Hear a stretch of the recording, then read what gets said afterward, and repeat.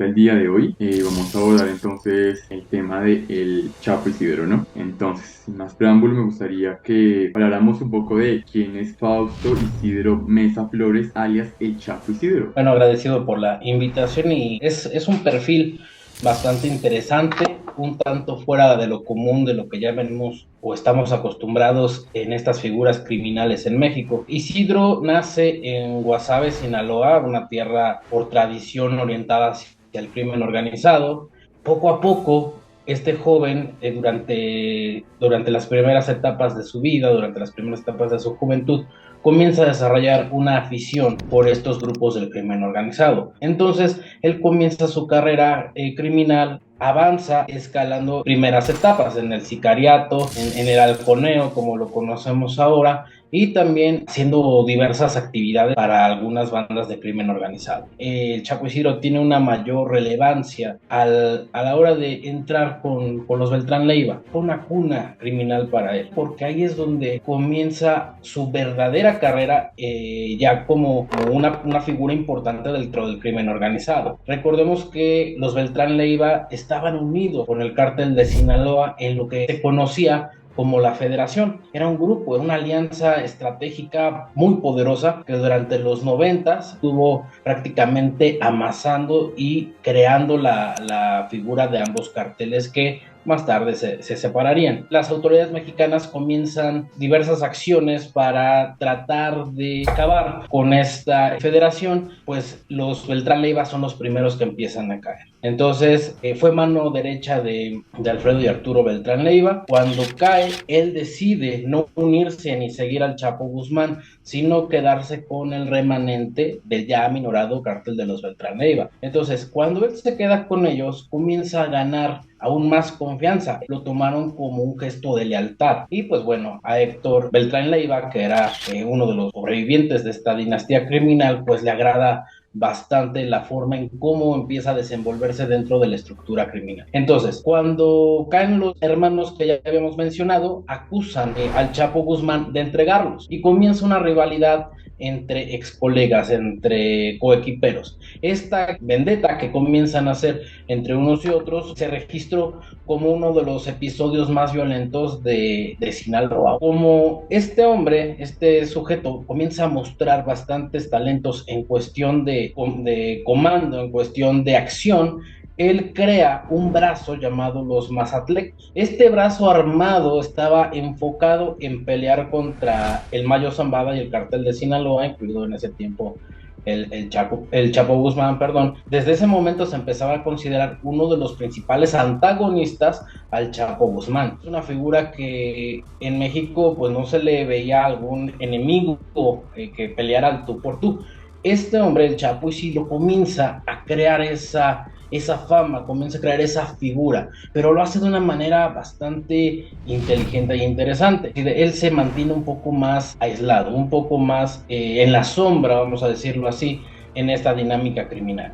Entonces, con los mazatlecos y con este tipo de liderazgo que él ejerce, comienza a tener bastante presencia en Sonora, en Morelos y en Guerrero. Son bastiones que le fueron arrancando al cártel de Sinaloa. Esta avanzada, pues no fue inmediata. Esto estamos hablando que ha durado muchos años, o duró muchos años, prácticamente parte de los 90, los 2000, hasta 2011, que comienza ya a tener ahora sí una luz hacia el exterior, una visión ya como figura criminal consolidada.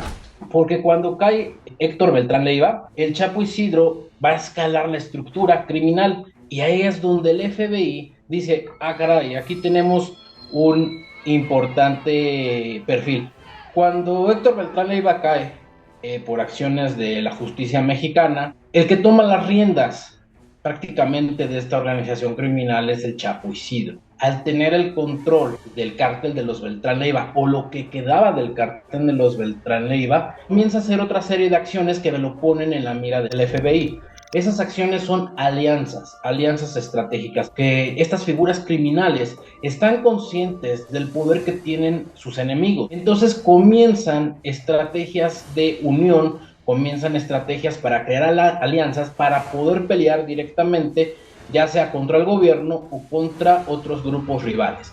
En este caso, una de las alianzas más importantes es la que hace con los Carrillo Fuentes. En este momento, cuando ya es observado por el FBI, es señalado de trasiego de estupefacientes a Estados Unidos. Este hombre, el Chapo Isidro, desde 2011 a 2015 ha sido capturado por la justicia mexicana en 4 ocasiones. Eso es importantísimo. Pero ¿por qué no sabíamos? ¿Y por qué lo sabemos hasta ahora? Gracias al hackeo que hizo Guacamaya Leaks a la Secretaría de la Defensa Nacional conocemos este hecho. Desde 2011 hay denuncias, hay carpetas de investigación federales por delitos graves que están persiguiendo, que se está persiguiendo a este hombre.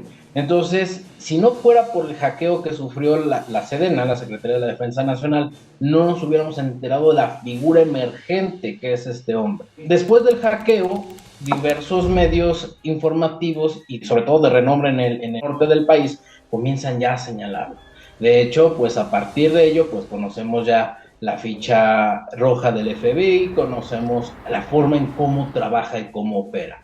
Tiene ciertas características de la vieja escuela, eso es importante saberlo, son códigos de acción que tenían los 3 principales cárteles en México, los 3 más grandes, y también tiene la nueva visión de la violencia, de encrudecer la violencia y de arrancarle al cártel de Sinaloa viejos bastiones que históricamente le pertenecen a este mismo grupo criminal, al cártel de Sinaloa, entre ellos Guasave, Mazatlán y el mismo Culiacán, que también lo ha peleado. Es una afiliación histórica la que tiene. Es una afiliación histórica, es el decir yo soy el rey de la tierra del narcotráfico, como lo conocemos hoy a Sinaloa, o que es la sede del epicentro donde se desarrolla esta actividad criminal. Ya Sedena, a la actualidad, lo considera como el jefe máximo o el líder máximo de lo que quedó del cártel criminal.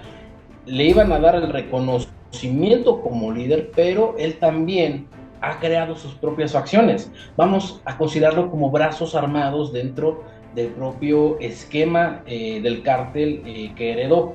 Entonces, ¿cuáles son estos esquemas que él crea, estos nuevos grupos criminales? Es la red Mesa Flores, es uno de sus creaciones, es uno de sus nuevos bastiones, y la oficina es donde convergen los grupos criminales que en un tiempo fueron los más fuertes y hoy tienen ya solamente algunas células. Entonces estamos hablando que sí es reconocido como el jefe o el líder de los Beltrán Leiva, más otros 2 grupos que están emergiendo. Entonces estamos hablando de 3 grupos, 3 ramificaciones que en conjunto están poniéndolo como uno de los nuevos señores del narcotráfico. Puede llegar a ser el nuevo jerarca del crimen organizado en un tiempo dado. Si las acciones que está emprendiendo continúan de una manera fuerte, de una manera coordinada, puede llegar a debilitar la estructura de los chapitos. Regresando a esta parte de la proyección futura que tiene este líder criminal, podemos encontrar que los Beltrán Leiva, lo que queda de los Beltrán Leiva, sigue actuando, encaminado a lucrar todavía con las viejas acciones del trasiego de drogas, trasiego de armas, más están haciendo 3 bastiones que van a ser, si maduran, van a ser muy difíciles de vencer para las autoridades mexicanas. De alguna u otra forma, tras las filtraciones de este grupo de activistas, sacan a relucir que ha sido una figura importante, pero que incluso pues ha habido como unas órdenes de captura y estuvo capturado, ¿no? Pero ha sido dejado en libertad. ¿Esto a qué se debe o por qué sucede? Y por otro lado, también que compartamos de pronto un poco sobre qué significa en la actualidad el Chapo Isidro para los chapitos. ¿Por qué ha quedado en libertad? Jurídicamente hablando, la defensa encuentra huecos, encuentra faltas al debido proceso, es un término legal en México, que concede prácticamente al presunto criminal una salida de ese señalamiento que hace la autoridad. ¿Cuáles son estas fallas al debido proceso que ha encontrado, supuestamente ha encontrado su defensa, pues es quizá una incriminación, quizá anomalías en nombres, en identidad. Recordemos que estos sujetos guardan muy bien su identidad y la forma en cómo se relacionan públicamente. Ahí están esas fallas al debido proceso, pero también la corrupción de las autoridades. Es un problema tremendo en México y vamos a poner una tercera vertiente, la intimidación y la peligrosidad. Muchos jueces federales, no menciono que sean corruptos o no digo que sean corruptos, sino que también son intimidados o pueden ser amenazados directamente por el cártel y en algunas ocasiones no gozan de seguridad otorgada por el Estado. Entonces también están en una posición vulnerable ante estas figuras criminales, ante estos capos. Actualmente posee un amparo para no ser detenido. Entonces, tenemos que preguntarnos, ¿cuál es la verdadera razón? ¿Fallas al debido proceso, corrupción o intimidación que está utilizando? O quizá las tres. Y la parte de la figura del Chapo Isidro contra los Chapitos. Es bastante interesante aquí esta pregunta. ¿Por qué? Porque el Chapo Isidro, al saber la inferioridad de poder de fuego que tiene ante los Chapitos y el Mayo Zambada, pueden actuar juntos para sacar cualquier amenaza de su territorio, él también creó otra alianza y creó una alianza con Rafael Caro Quintero. Se alía con Rafael Caro Quintero, que es un ícono del narcotráfico en México, y comienza una revolución total dentro de la figura y cómo se observaba al Chapo Isidro. Entonces aquí ya aparece como una figura importante y relevante en el país. Puede llegar a ser un titán dentro del crimen organizado. Los Chapitos tienen una desventaja en este momento. Toda la parte mediática y la parte de las acciones del FBI, de la DEA, inclusive del gobierno mexicano, han ido en contra de ellos, han sido los más perseguidos, entre otros grupos criminales. Eso es el área de oportunidad que tiene el Chapo Isidro. Puede ocupar los espacios que van dejando los Chapitos y el Mayo Zambada y puede también aprovechar la debilidad que está generándose entre esta gran estructura. Y decimos debilidad en términos relativos o ilustrativos porque realmente siguen siendo los más poderosos hasta el momento. De acuerdo a las alianzas estratégicas que crea, se hace de poder a través de las facciones que fueron debilitadas en su tiempo por el Chapo Guzmán. Y podríamos decir aquí que una estrategia que el Chapo Isidro está ocupando es la vieja reflexión que tenemos en Latinoamérica, la cual dice, el enemigo de mi enemigo es mi amigo. Teniendo en cuenta esas alianzas, teniendo en cuenta incluso esa búsqueda y esa orden de captura por el mismo FBI, ¿qué podemos decir del futuro del Chapo Isidro? Jurídicamente yo veo un bloqueo por la última postura que tuvo el presidente Andrés Manuel López Obrador en cuanto a la injerencia de las autoridades estadounidenses en la persecución de los grandes criminales. ¿Por qué lo menciono? Porque hace poco se dio a conocer que la DEA había infiltrado al cártel de Sinaloa, entonces el presidente Obrador lo tomó como una violación a la soberanía.